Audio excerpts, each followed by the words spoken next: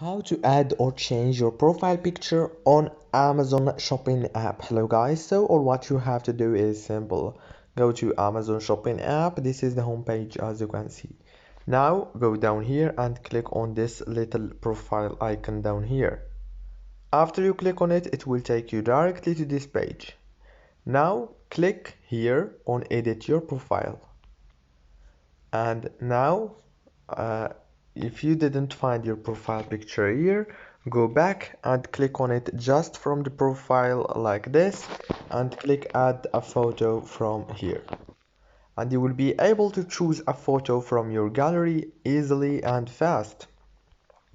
If this video was helpful, please don't forget to like and subscribe, and thank you so much for watching this video until the end. See you later.